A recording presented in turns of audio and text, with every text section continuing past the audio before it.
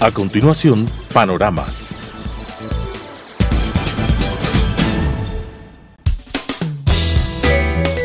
Clasificación B, bajo supervisión de un adulto.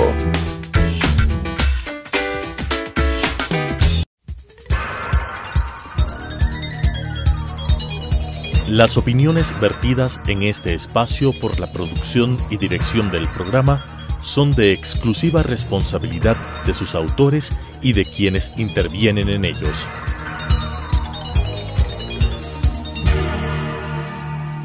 Telesucesos Canal 29 UHF presenta Panorama, política interna y asuntos internacionales abordados por especialistas, jefes de misiones diplomáticas, organismos internacionales y expertos en temas de la comunicación política nacional e internacional.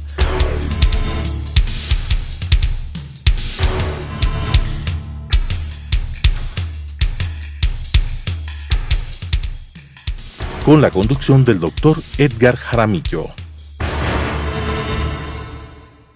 En Panorama esta noche tenemos la presencia del doctor César Ulloa, politólogo, comunicador social, maestro universitario, investigador desde hace muchos años en que tuvo la dirección de investigación en el Centro Internacional de Estudios Superiores de Comunicación para América Latina. Con él vamos a ampliar visiones y precisar conceptos alrededor de dos temas que son de plena vigencia: la democracia y el populismo. Bienvenido, doctor Ulloa. Como usted recordará, la Constitución de la República del Ecuador es la norma suprema del Estado. Y en 187 años de vida republicana hemos tenido 20 constituciones, desde la primera, que se elaboró en Riobamba en 1830, hasta la que fue aprobada mediante referéndum en 2008. ¿Sí? Esto significa que en 187 años, como he señalado, hemos tenido 20 constituciones, lo cual determina un promedio de 9 años, 3 meses por constitución. ¿Qué piensa usted de a qué obedece esta inestabilidad, pensando que la Constitución es la norma suprema de un Estado? Doctor Jaramillo, buenas noches. De la misma manera, un cordial saludo a la audiencia que sigue con mucha atención este espacio de debate, de diálogo, de reflexión. Esto evidencia que los ecuatorianos hemos tenido como remedio algo que termina siendo peor que la enfermedad. Es decir, creemos que la ley suplantada por otra ley va a ser la solución de los problemas que obedecen a una fragilidad institucional, porque el Estado no es un entelequio, o sea, el Estado funciona por instituciones, por un conjunto de reglas, pero sobre todo por el comportamiento de los actores políticos, que en este caso obedecen a los partidos que no hacen otra función que es la intermediación entre la sociedad y el Estado.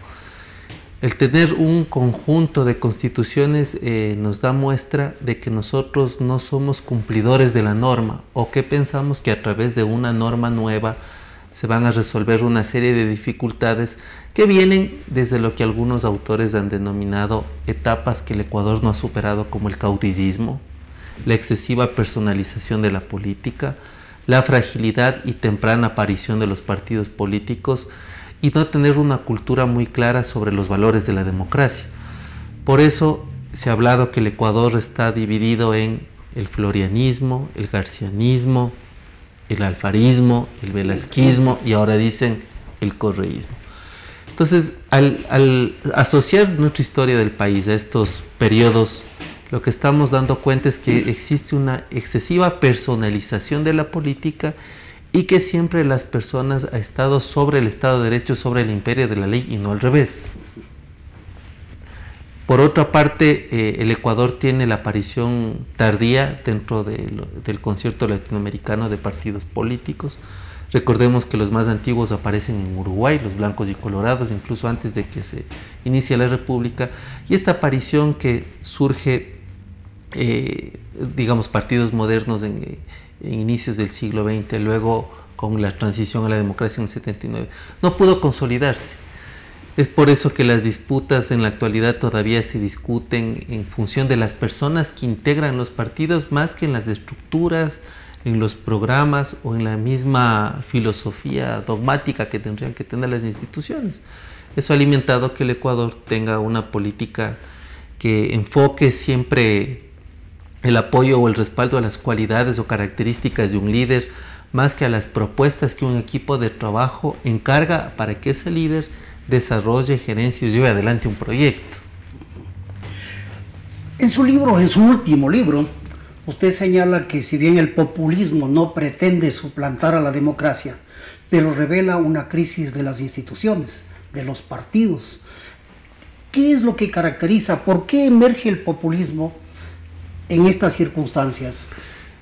Indudablemente el populismo emerge cuando hay un líder que logra sintonizar el descontento popular, en el sentido que las instituciones no logran satisfacer demandas de carácter civil, político y algunas otras de carácter socioeconómico. El Ecuador tiene una larga tradición populista. Recordemos el famoso capitán Guevara Moreno, creador del Partido de Concentración de Fuerzas Populares, que trajo toda una parafernalia de Europa del fascismo, ¿no es cierto?, porque él era un seguidor de todo lo que pasó con Mussolini. Luego recordemos todo lo que se amplió y se potenció en el populismo con los Bucarán, con Asad Bucarán, con Abdalá, con el Partido Revolucionista Ecuatoriano. Y luego viene esta corriente de outsiders más populistas con Lucio Gutiérrez, con Rafael Correa, que tienen una serie de elementos que yo los destaco en el libro, que son: la primera, jugar por la personalidad más que por la institución, es decir, todo gira alrededor de las posibilidades y cualidades que tiene este líder. La segunda es que al depositar toda la confianza en el líder, el pueblo se olvida que el líder obedece a las instituciones, y más bien luego el líder pasa a ser jefe supremo de las instituciones.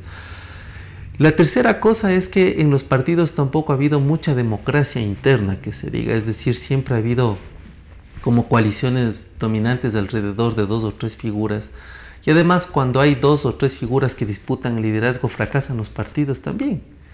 Y la otra cosa que a mí me parece interesante es que esta pugna de poderes que nunca ha permitido que en el Ecuador se resuelvan las cosas o se procesen los conflictos desde una cultura política de la negociación, en el mejor sentido de los términos, ha hecho que siempre prevalezca este discurso confrontador, el discurso que descalifica, que desacredita, pero sobre todo este discurso que pone al pueblo contra todo aquello que el líder populista cree que es negativo.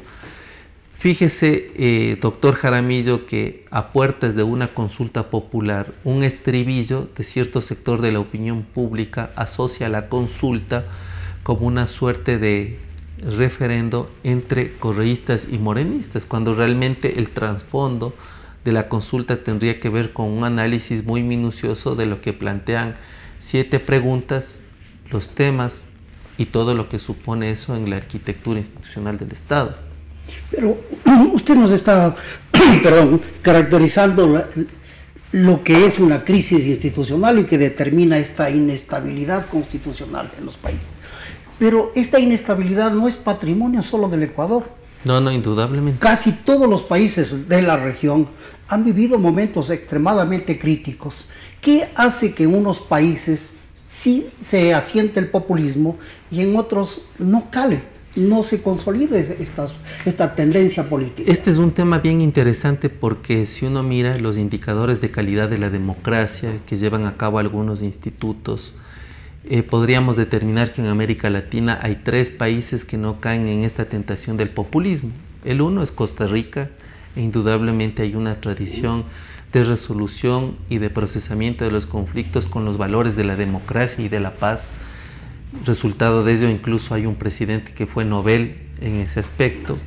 El otro es Chile, ¿no es cierto?, donde tenemos todavía una estructura de partidos bastante sólidos, en donde se privilegia la profesionalización de la política, es decir, alguien que aspira a una presidencia de la República es imposible que tenga 35 o 40 años. Alguien que aspira a una primera magistratura es el resultado de una carrera que puede iniciarse, me ocurre, en una concejalía, que luego de ser probada asume una alcaldía, luego una legislación o una senaduría, un ministerio y tal vez luego la presidencia. Es decir, hay carreras que incluso se han truncado porque no han pasado los distintos procesos de evaluación dentro de la administración de la cosa pública. Y el otro país donde no permea el populismo es en Uruguay. Y claro, si uno mira las características similares que tienen estos tres países, la primera es porque hay una cultura donde la gente apuesta mucho en que la sociedad no puede funcionar si no existe una organización mínima. Y esa organización mínima tiene que tener ciertos principios de representación, legitimidad. Y estos son los partidos políticos. O sea, los partidos políticos son necesarios para la democracia. El problema es que en los países donde ha ingresado el populismo de una forma recurrente, en algunos con mayor intensidad que en otros, se determina que los partidos políticos tuvieron un declive y luego una desaparición. Ese es el caso de Venezuela, que era ejemplar por su bipartidismo, donde había los socialdemócratas y los demócratas cristianos, adecos y copellanos, pero en el momento en que los partidos dejan de atender las necesidades, dejan de sintonizar o fragmentan el sentido de representación, hay alguien que llega a ocupar ese vacío que la sociedad no logra mirar en el accionar de los partidos. En el caso de Perú pasó algo bastante parecido. Cuando hay la emergencia de Fujimori, se da una realidad que es evidente como en el Ecuador, que ahí se cayeron los partidos, se cayó el APRA, se cayó el PPC, y en el caso del Ecuador, la entrada de los outsiders y los populistas es precisamente cuando el sistema tradicional de los partidos y las instituciones se caen. En el 2002 fue la primera señal, ¿no? Cuando llega en campaña, luego al 2003 de Lucio Gutiérrez, pero era porque partidos tan predominantes como la Izquierda Democrática, la Democracia Popular, el mismo partido roldosista y los socialcristianos entran en una etapa de completo declive. El único que no desapareció fueron los socialcristianos, los otros se han mantenido. Sí. Con esta visión panorámica que nos da usted respecto de lo que ha ocurrido en América Latina, se puede concluir que los partidos políticos son fundamentales para la vida democrática de un país. Pero usted también pretende concluir señalando que los partidos políticos no han sido capaces de sintonizar los requerimientos sociales, y allí es cuando emergen los populismos que aparentemente sí se identifican, sí son capaces de entender la problemática social y presentan soluciones. ¿Es esto lo que significa el populismo? ¿Por qué el populismo tuvo tanta aceptación en los últimos años en países como Venezuela, como Ecuador, como Perú, tal vez un poco en Bolivia? Porque los partidos, a diferencia de los populistas, se habían olvidado del contacto de cara a cara que tenía que tener el partido con el pueblo. Entonces el populista, una característica esencial que tiene es hacer la política en el lugar donde se deben resolver los problemas. Los partidos, yo no diría que se burocratizaron, yo diría que los partidos dejaron de mirar esa sintonía que deben tener con los distintos segmentos de la sociedad. Es decir, las élites se cosificaron y creyeron que desde el análisis de escritorio se podía resolver problemas bastante complicados como los que ocurrían en Venezuela, en Perú y en Ecuador. Otra cosa es que el populista vende un discurso de democracia directa. Es decir, si tengo que desplazarme al lugar donde las cosas tienen un sentido de problemática, me voy. La tercera cosa es que el populismo reivindica los segmentos que históricamente han sido excluidos y por lo tanto, en épocas de bonanza es un gran creador de programas sociales que de alguna u otra manera atemperan las circunstancias de pobreza y extrema pobreza. La tercera es que el populista asume o se apropia de ciertos elementos identitarios como el lenguaje popular, como ciertas costumbres, y eso le hace que sea más fácil el acceso y construye un sentido de cercanía con el pueblo. Yo creo que los partidos políticos en Venezuela, en Ecuador, en Bolivia, en Perú, sobre todo su dirigencia se olvidó de ese acercamiento permanente que debía tener con la gente. Yo creo que los partidos, en los elementos esenciales que les hacen ser un partido, hicieron que con el tiempo se diluyan. Por ejemplo, si bien en el Ecuador había dos partidos, sobre todo de la sierra, que tenían escuelas de formación, hablo de de la Escuela de Capacitación Manuel Córdoba Galarza en la Izquierda Democrática, de la Escuela de Formación y Capacitación que tenía la democracia. Pero luego con el tiempo eso se debilitó. Luego con el tiempo el contacto con la gente se diluyó. Pero además en los partidos fracasó algo que me parece que es bastante fuerte en los partidos, que es implementar o renovar mecanismos de democracia interna sobre la base de recoger la demanda de la militancia y de los distintos segmentos del partido y poder construir propuestas programáticas de abajo hacia arriba, no de arriba hacia abajo. Entonces yo creo que ahí los partidos fracasaron. Y claro, llegan estos líderes con un discurso que reivindica al pueblo, que aparentemente recoge las demandas. Pero no resulta una contradicción cuando usted señala que es necesario que los líderes tengan una trayectoria, que hayan vivido la democracia en diferentes posiciones y que lleguen, cuando lleguen a ser líderes de un país, hayan atravesado una serie de funciones que les permita recoger la experiencia necesaria. Pero cuando no se concreta esta posibilidad y emergen en el populismo, generalmente lo que aparecen son outsiders.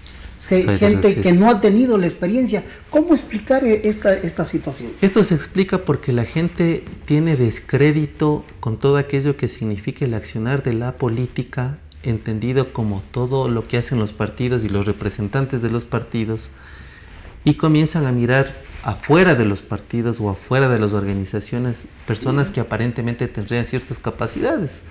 Ese es el caso del teniente coronel Hugo Chávez, eso fue el caso del coronel Lucio Gutiérrez, eso fue el caso del economista Rafael Correa.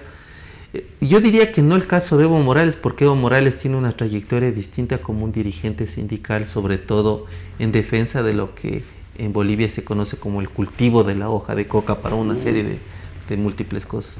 Entonces el populista aprovecha de esa vaciedad que existe en la confianza, en la aceptación, en la popularidad de los partidos y emerge. Entonces si uno mira, por ejemplo, el promedio de edad de los principales funcionarios públicos de países como Costa Rica, de Uruguay, de Chile, es imposible pensar un presidente joven. O sea, si uno mira Frei, Elwin, Lagos, Bachelet, ahora mismo Piñera, o si uno recuerda, por ejemplo, Sanguinetti, Lacalle, el mismo Tabaré, o el mismo Mujica, o en Costa Rica un Oscar Arias, una Laura. Entonces, lo que nosotros estamos viendo que en algunos países la ciudadanía ha privilegiado esta intermediación que hacen los partidos porque todavía creen en los partidos políticos, porque todavía los partidos siguen teniendo cierto sentido de representación. Pero yo creo que aquí es importante establecer algo, es que los partidos han trabajado y han creado una conciencia social que permita visorar la importancia de los partidos políticos y porque los partidos han dado soluciones a los problemas sociales. Claro. O es que en otras partes los partidos han fracasado, han abandonado sus objetivos fundamentales y ello ha permitido que surja la improvisación, que es el populismo.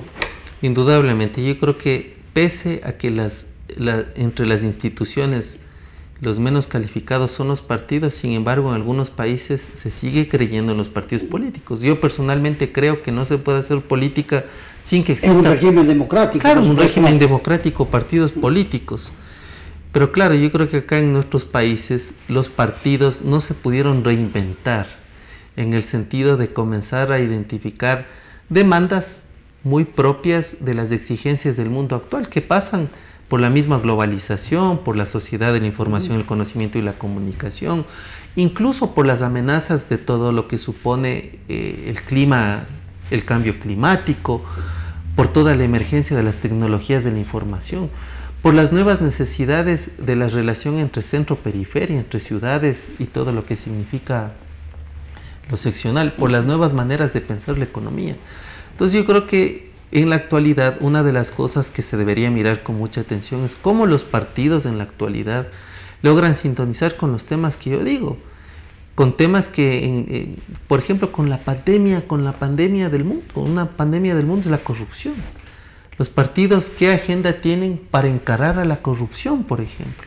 Y hablo que es mundial porque si uno mira los registros en todos los países, casi ninguno se salva del FIFA Gate, ninguno se salva de los Paradise Papers, ninguno se salva de los Panama Papers, O sea, es decir, este problema de las grandes transnacionales del delito en distintas figuras han hecho que la corrupción sea una pandemia y que sea un asunto de la agenda de los partidos prioritarios. Sí, bien es cierto que la corrupción es una pandemia, pero yo creo que está, en algunos casos, determinada a ciertos sectores. Por ejemplo, el deporte ha sido uno de los sectores en donde el Estado no ha intervenido directamente, salvo en el caso de los países del este europeo, en donde ha habido un control estatal total y con problemas muy graves. Pero yo creo que sí hay controles y hay una diferencia no institucionalizada, porque lo que ha ocurrido en ciertos países es que se creó una estructura jurídica precisamente para garantizar la impunidad, ¿no? Y eso no ha ocurrido, por ejemplo, en los países de Europa Occidental, en donde sí hay un control y evidentemente que resulta difícil controlar la corrupción, pero cuando se detecta son sometidos a la justicia como corresponde y no existe una situación institucionalizada de corrupción como estamos detectando en América Latina.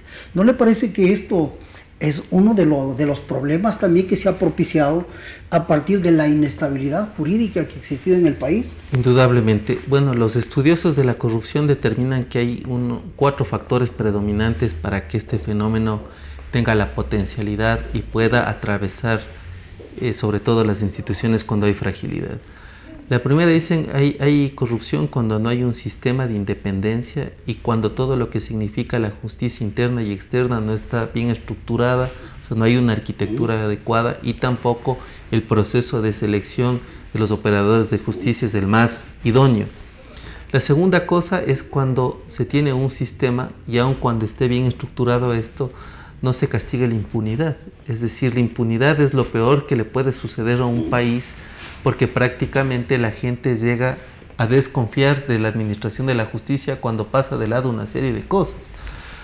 La tercera, indudablemente, es cuando hay países con grandes brechas entre ricos y pobres, es decir, hay una apetencia de un cierto sector por lograr un escalonamiento socioeconómico bastante rápido y busca cualquier manera para lograr cierto ingreso económico.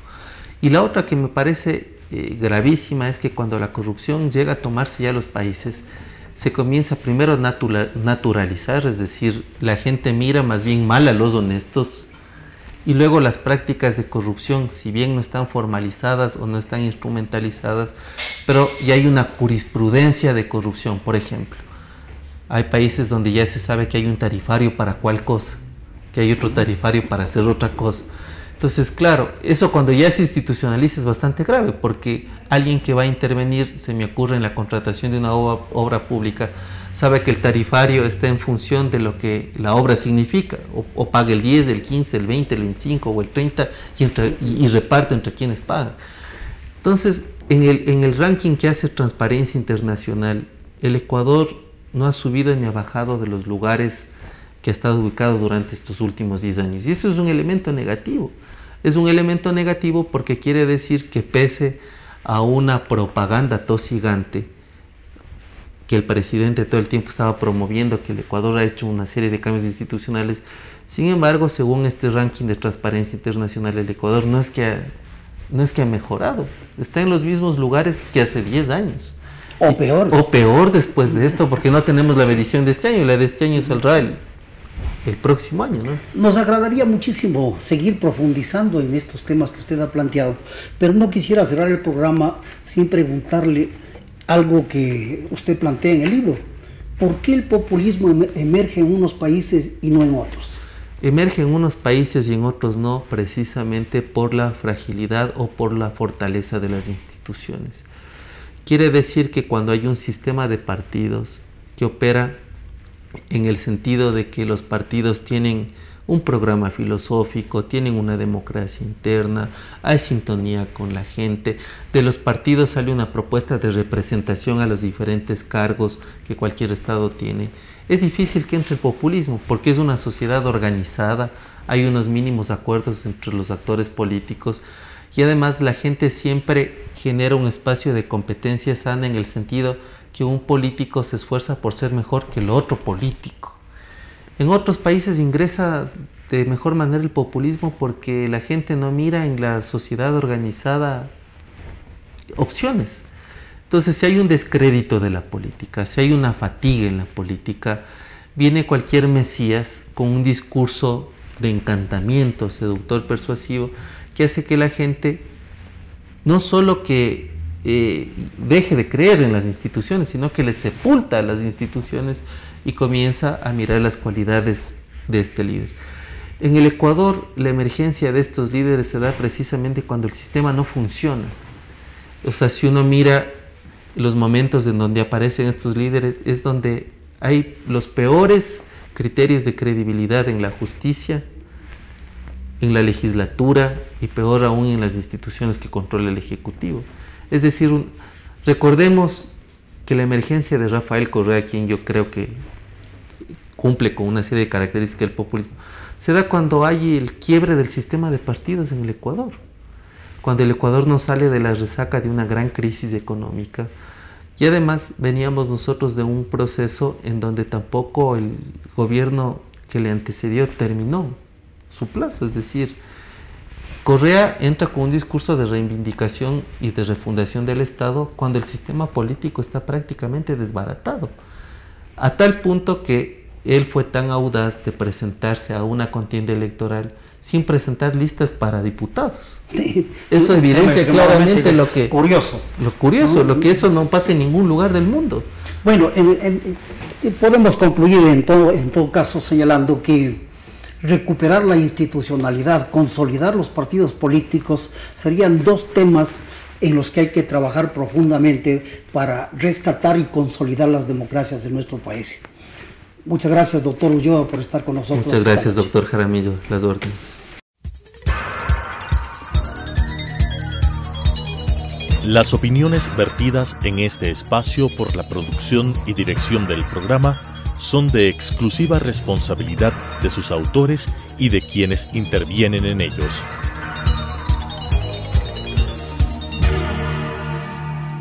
Telesucesos, Canal 29 UHF presentó Panorama, política interna y asuntos internacionales abordados por especialistas, jefes de misiones diplomáticas, organismos internacionales y expertos en temas de la comunicación política nacional e internacional.